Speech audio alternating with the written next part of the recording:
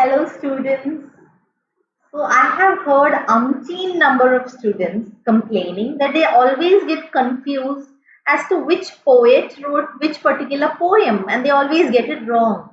So I thought today I would like to share a trick that I usually follow while I learn something new, and I can vouch that if you watch this video towards the end and if you listen to the story very carefully, then you will never forget what I will be teaching you today, and you are going to remember it forever. The only thing I require you to do while watching this video is your undivided attention. Sometimes things might get silly, but many a times it is those silly things that we remember, isn't it? Yes. So I always associate and learn, and also visual representation helps us to remember things very well. Okay. So let's start. So there are 5 poems in ICSE 10 standard that we have to remember, and 5 names of those respective poems. So let's start. So the first poem is Haunted Houses, which is written by H.W. Longfellow. Yes. Now how are we going to remember this? Okay, listen to this story very carefully. So there was this haunted house in a village, and there a little girl lived with her parents.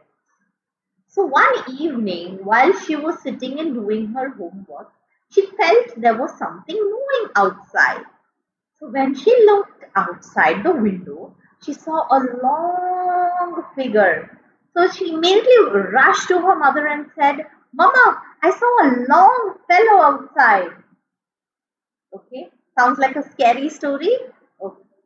Now, this is the best way to remember. So, when there is a haunted house, so in haunted houses, when the little girl was doing her homework, so the acronym for homework is HW, so you're not going to forget this as well. And while she was doing her homework, outside the window, she saw a long fellow. So remember this picture really well. So the next time you get a question, who wrote the haunted houses? Close your eyes, think of this picture, think of a haunted house, think of a homework, and think of a long fellow. You will definitely remember that Haunted Houses is written by H.W. Longfellow. Sounds like a very interesting way to learn, isn't it? Yes, it is fun. Now let's go to the next one. The Glove and the Lion. Now this poem is written by Leigh Hunt. Yes. So this is Reena Auntie. Yes, say hi to Reena Auntie. Hi Reena Auntie. Yes. So after all her chores one day, she was watching National Geographic Channel, and she saw that this lion was very hungry, and there was a gazelle that was really far away. Finally, after running behind the gazelle for really long, he caught the gazelle. So she's like, "Le, hunt karke abhi kha." Yes. So Reena auntie is happy. So she's telling, "Le, kha le tu." So le, hunt kiya usne, right? So the Glove and the Lion has lions in the poem, and Reena auntie is very happy that finally the lion got something to eat. So she's saying, "Le hunt." So don't write L-E as le. This is just a way for you to remember. So it is written by Le Hunt. So remember, Glove and the Lions also has lions. Think of Reena auntie, think of the lions, and you will remember Le Hunt. Okay, seems a little silly, isn't it? But what is the harm if you can remember it forever? Let's go to the next poem. So the third poem is When Great Trees Fall. I hope you remember this poem. So when great trees, so actually it is a metaphor for when great souls die. You remember? Yes. So when great souls die, they go into heaven and they become like an illusion. The illusion that they become is that of an angel. Okay, so when great souls die, they go into heaven and the illusion that they form is angelic. So great trees fall, that is when great souls die, they form an illusion of an angel. So Maya, Angelo. Easy to remember? Okay. Now let's go to the next poem, which is A Considerable Speck. So you remember this oxymoron? Yes, considerable is large and speck is minute or minuscule. Yes. So these are all specks of snow. And if you know, snow can cause frost on objects. Like when there's extreme cold, we can get frostbite. Yes.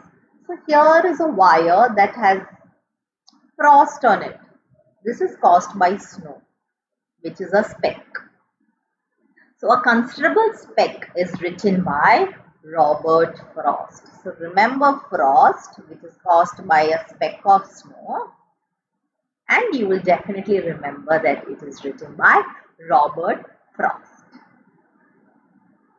Now moving to our last poem, which is The Power of Music. Now the power of music is written by Sukumar Ray.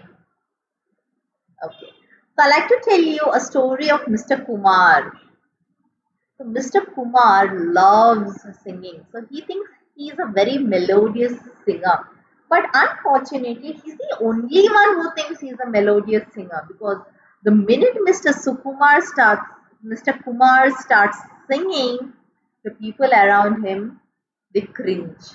So what is this lady here? She's a Gujarati lady. So she's saying, So Kumar. So Su is what in Gujarati? Kya Kumar? So Kumar. And she's saying, Array, stop it. Not anymore. So so he thinks he has a great power of singing. Yes, but his power of music is what? He can make people despise listening to such music. So she says, Sukumar, and she says, Ray.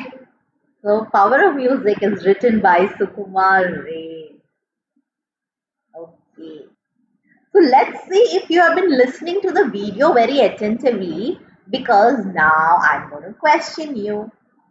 Okay. So, you have to tell me who is the author of the respective poems. Okay. The Glove and the Lions. So when I think of Glove and the Lions, I'm going to close my eyes. I'm going to think of the picture of the Glove and the Lions. I'm going to think of Reena Auntie.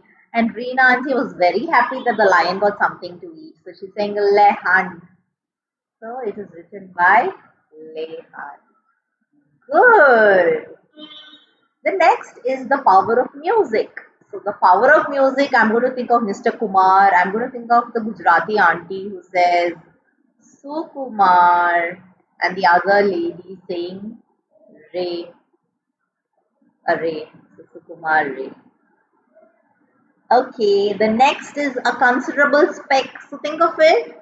Yes, you're absolutely right. A considerable speck, a speck of snow, and I can think of frost. So it is written by Robert.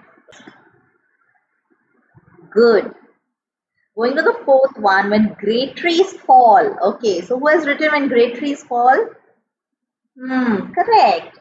So I'm going to think of great souls die and they are going to be like an illusion. So Maya, and they're going to be angelic. So Maya Angelo. Maya Angelo. And the last one, haunted houses. Little girl was doing her homework and she saw a long fellow outside. Great. So, how did you feel? How this was? Did you find it interesting? Wasn't it a good way to learn the name of the poets and the poem?